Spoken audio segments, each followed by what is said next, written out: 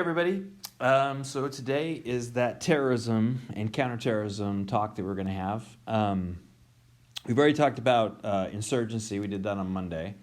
And then this is terrorism. Just to remind you, you've already seen these, but where terrorism fits in this, terrorism is, if war is stuff that's started by a state, terrorism fits definitely in this idea of the citizen starts it. So on the one hand, usually citizen versus citizen, or by citizen, non-state is what we mean. Non-state actors against non-state actors, or non-state actors against the state, it's almost always called terrorism. Or at least, terrorism is more like the methodology of how it's done. But usually what it's trying to achieve is something different.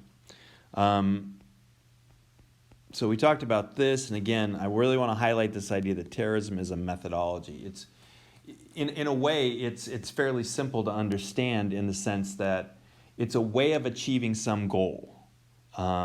If that method of achieving that goal is not very effective, then you won't use terrorism. Terrorism is a way to achieve it. There's no true believers of terrorism. There's just people who believe that terrorism is an effective means of achieving a goal. So counterterrorism is very simple. It's just how do you make it so that people don't believe that's a good way to achieve the goal. That's it. All right, so let's talk about terrorism. Terrorism is frequently seen as irrational. I've talked about this in other classes like international relations, if you've taken that with me. I don't want to harp on it today, but what I do kind of want to talk about is I do want to think about this from the perspective of your conflict papers that you guys are working on. Many of you guys that are working on this, again, you're not focusing necessarily on terrorism, though some of you are, but even when we're talking about an insurgency or something like that, terrorist tactics can be used. If you have a group that does not have a lot of power fighting a group that has a lot of power, which again is usually a non-state actor fighting a state actor, you're almost always going to have quote-unquote terrorist tactics. But even whenever you have a non-state actor, almost by definition, you have terrorist tactics. And so there becomes this sort of idea of how do you achieve that. Now, one of the things that often is talked about, especially when we talk about like 9/11 or we talk about a suicide bomber, is that terrorism is irrational. Like there's just like the person's crazy or the person is insane who's doing it, or there's some irrational reason why this person is doing it. The truth of the matter is there's lots of rational reasons to use terrorist tactics. Again, this is not me saying terrorism is a good thing to do, but it's the question of if you're trying to achieve a goal, does it help you achieve the goal? And oftentimes terrorism is effective in doing that. We could also talk about suicide terrorism. Like this is another sort of version of terrorism where essentially you kill yourself in the process of it. So whatever you're trying to achieve, this is the beautiful thing about suicide terrorism. Whatever you're trying to achieve, you're dead. So you don't get to enjoy whatever this thing is. So is that rational then? Can we just say, okay, maybe terrorism is rational, but suicide terrorism is just crazy? And we can talk about things like religious indoctrination, where essentially you get a promise of some outcome after you die, which again doesn't really fit into our definitions of rationality. It's more of a promise that you can't really defend or prove. There's the argument of psychological predisposition that essentially someone who is willing to kill themselves is a little off in the head. That's the best way I can sort of say that. Or they've had they're either sort of biologically crazy or they've had stuff in their past in which that has sort of led them down this path.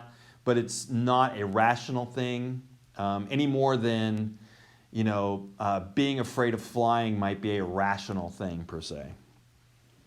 And if we say these things are true, can this be countered? And the answer is, man, that's tough.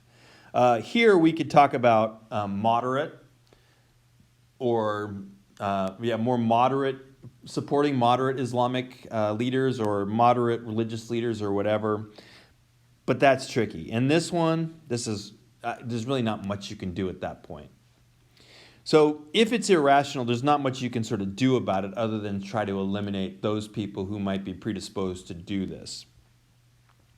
However, once we've studied this, and again, so from 2001, 9/11, 2001 till probably 2000 and I want to say 3, like the first couple of years of the United States being really interested in terrorism, this was the argument that it's just crazy. Why would they ever do such a thing? It's just they're crazy, they're stupid, whatever you want to call that. It turns out, as we studied more, these explanations were insufficient. It's really not limited to religious fundamentalism. You're going to find nationalist groups that are trying to blow themselves up too. So there's no like present of what happens. There's no like promise of what you get when you die. There's no single suicide bomber profile. It's not easy to sort of say the average suicide bomber is going to be this, or this. We would have said that for a while. We would have said the average suicide bomber is a male. Well, once we started looking for males to prevent this, it turns out the number of female suicide bombings went up. So there isn't really a good sort of profile for this. There's no single suicide bomber profile. But the thing that's going to be really important for us is it's really rarely the act of a single person. It's suicide terrorism. We do have these things called lone wolf. That does happen. But honestly, this is more of a crime situation than a war and peace terrorism type thing. Yes, it's terrorism, but it's not like a coordinated thing. Many suicide bombers are parts of organizations, or they are funded or set up by organizations.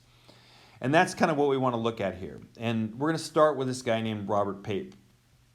Robert Pape in 2003 wrote this book about Dying to Win, and it really did change the way the United States thought about terrorism and counterterrorism. Again, we were at a point by 2003 where we were saying, okay, if it was just crazy people, we would have taken care of this by now. So it's not just crazy people or people who are driven by religious indoctrination. There's something more strategic, organizational going on here. So this is sort of the outcome of that. And Robert Pape's sort of writing here kind of coalesces those things. So suicide terrorism follows a strategic logic, is what he's going to argue. Those arguments we were looking at the last slide about irrationality, we're focusing on the person who's actually doing the terrorism, the bombing. And if you look at just that person, excuse me, if you look at just that person, yeah, maybe they are, little touched in the head or whatever. There may be some sort of weird things about them. But that's not what, that person on their own probably wouldn't be a suicide terrorist. They'd just be that person over there. Suicide terrorism is usually something that is driven by an organization. And so rather than focusing on the person doing the bombing, focus on the organization that is coordinating the bombing. Groups recruit and direct suicide bombers. And I'm not just talking necessarily at the big level like Al-Qaeda, but cells or groups within Al-Qaeda will do this. Suicide bombing is a rational act. And here's why. This is what you're trying to do. So if you're the group, why is it rational to use suicide bombing? One of the things it does is it demonstrates credibility. It really signals that we're serious about this. That, look, if we can get this guy to go blow himself up, then we can get other people to go blow themselves up. So, you're not safe. We clearly have something going on here. This is not a one-time event. This is something that there is enough people that are passionate about this that we can help them organize and we can make this hurt you. So suicide terrorism is a way of saying, dude, we are serious about this, and you can tell we're serious about this. So you better do something about it. The audience is usually the people in the target country, according to Pape. The audience is the people in the target country. So 9/11 happens, and they're not trying to, the suicide bombers are not trying to kill the people in the World Trade Center. That's not the goal. The goal is to make everybody else afraid that they could be next. That's why we call it terrorism and not just mass murder.